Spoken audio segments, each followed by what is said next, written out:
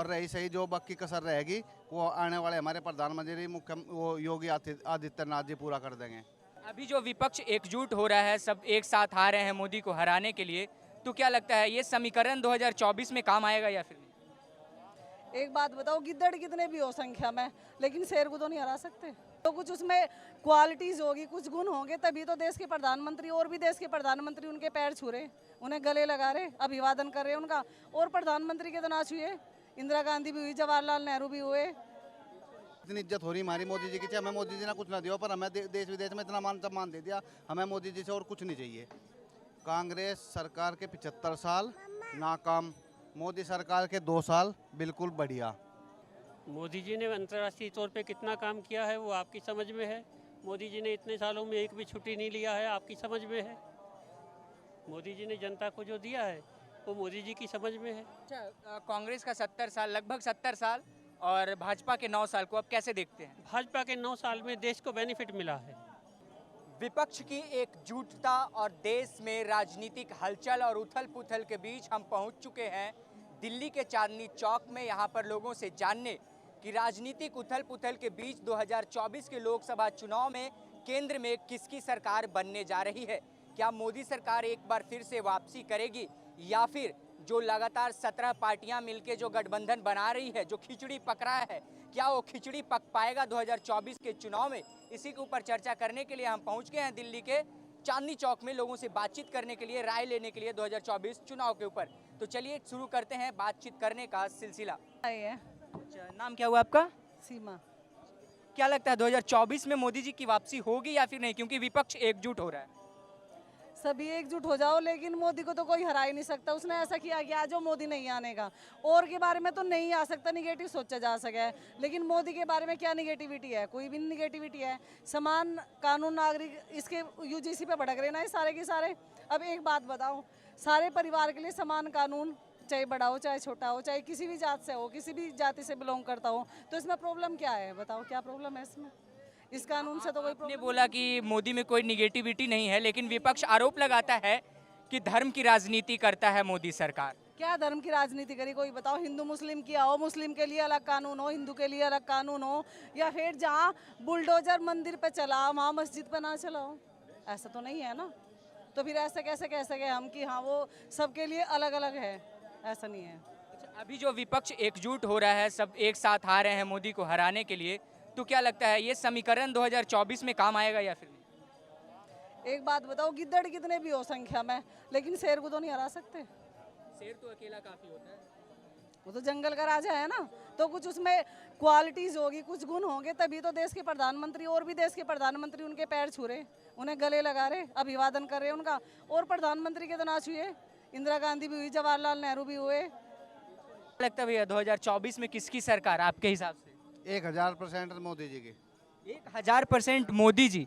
ऐसा क्यों? केजरीवाल हैं, नीतीश कुमार हैं, ममता बनर्जी हैं, अखिलेश यादव हैं, क्या गड़बड़ी है? गड़बड़ी यह है कि 75 साल से सभी हुआ डंगा इनका ही था।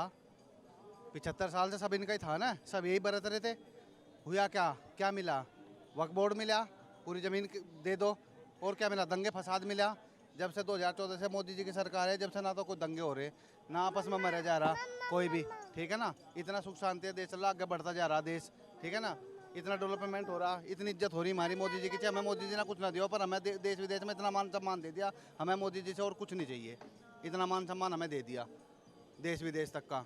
अच्छा, आरोप लगता है कि मोदी सरकार में आरएसएस जैसे संगठन आके काम करते हैं, उन्हीं का राज चलता है मोदी सरकार में, इस पे क्या कहना है? देखिए, मोदी सरकार में किसी का राज नहीं चलता।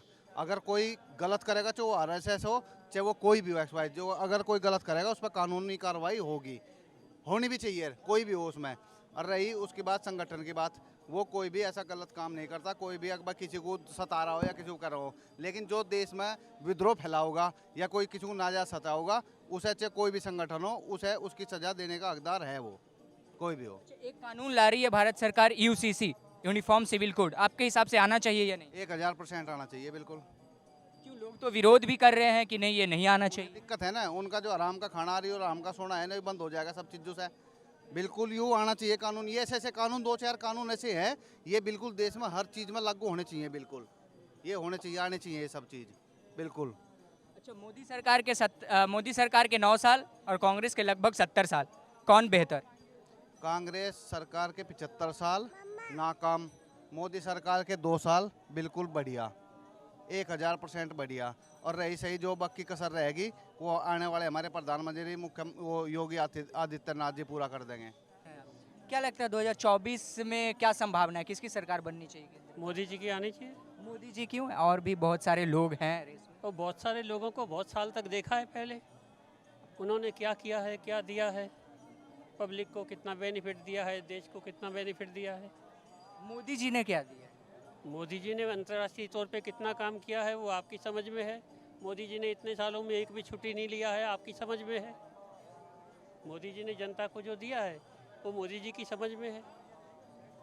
अच्छा, विपक्ष जो है एकजुट हो रहा है, मीटिंग हो रही है विपक्ष की, तो क्या लगता है ये 2024 में कुछ समीकरण बिगाड़ेगी विपक्ष? विपक्ष ने जब से चुनाव हो रहे हैं तब से सभी विपक्षी पार्टियां रही हैं, और कांग्रेस के टाइम पे भी विपक्षी पार्टियां बराबर में सारी चीज़ की साझीदार रही हैं। उनको हर चीज़ का पता था कि क्या सही है क्या गलत है, उसके बावजूद वो कांग्रेस के साथ रही। और अब बीजेपी आई है तो बीजेपी के विपक्ष में खड़े हैं, क्योंकि वहाँ कोई मानने वाला नहीं है, उनकी बात की सुनवाई नहीं होनी है, उनको खाने के लिए पैसा नहीं मिलना है, तो वो क्या करेंगे। अच्छा, कांग्रेस का 70 साल, लगभग 70 साल, और भाजपा के 9 साल को अब कैसे देखते हैं? भाजपा के 9 साल में देश को बेनिफिट मिला है। कुछ 2-3 बेनिफिट आप बता सकते हैं जो जिससे आपको फायदा पहुंचा? बहुत से आपको फ़ायदा का क्या मतलब है सर, सभी को फ़ायदा है, आपको फ़ायदा का कोई मतलब नहीं है। आम जनता जब आप देश की बात करेंगे तो उसमें सभी आ जाएंगे, उसमें कोई पर्टिकुलर इंसान अलग नहीं है।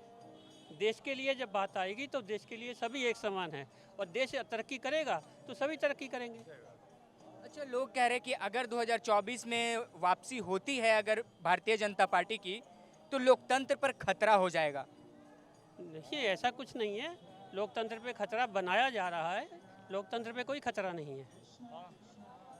जो कांग्रेस के टाइम पे संविधान में बहुत सी आइटमें ऐसी थी जो चल रही थी, कानून बना 1935 का तो 1935 से ही चल रहा है, वो चेंज नहीं हुआ कुछ भी, एज इट इज वैसे के वैसे रख दिया गया।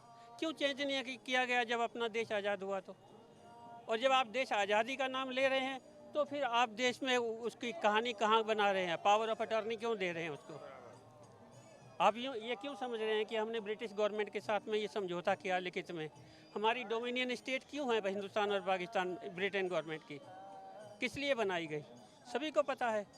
अच्छा, आपने कानून की बात की, तो हमारे देश में अभी एक कानून लाने की प्रक्रिया जारी है, यूसीसी, यूनिफॉर्म सिविल कोड, तो आपके हिसाब से क्या लगता है, आना चाहिए या नहीं? सर, सभी को एक समान कानून मिलेगा, क्या नुकसान है?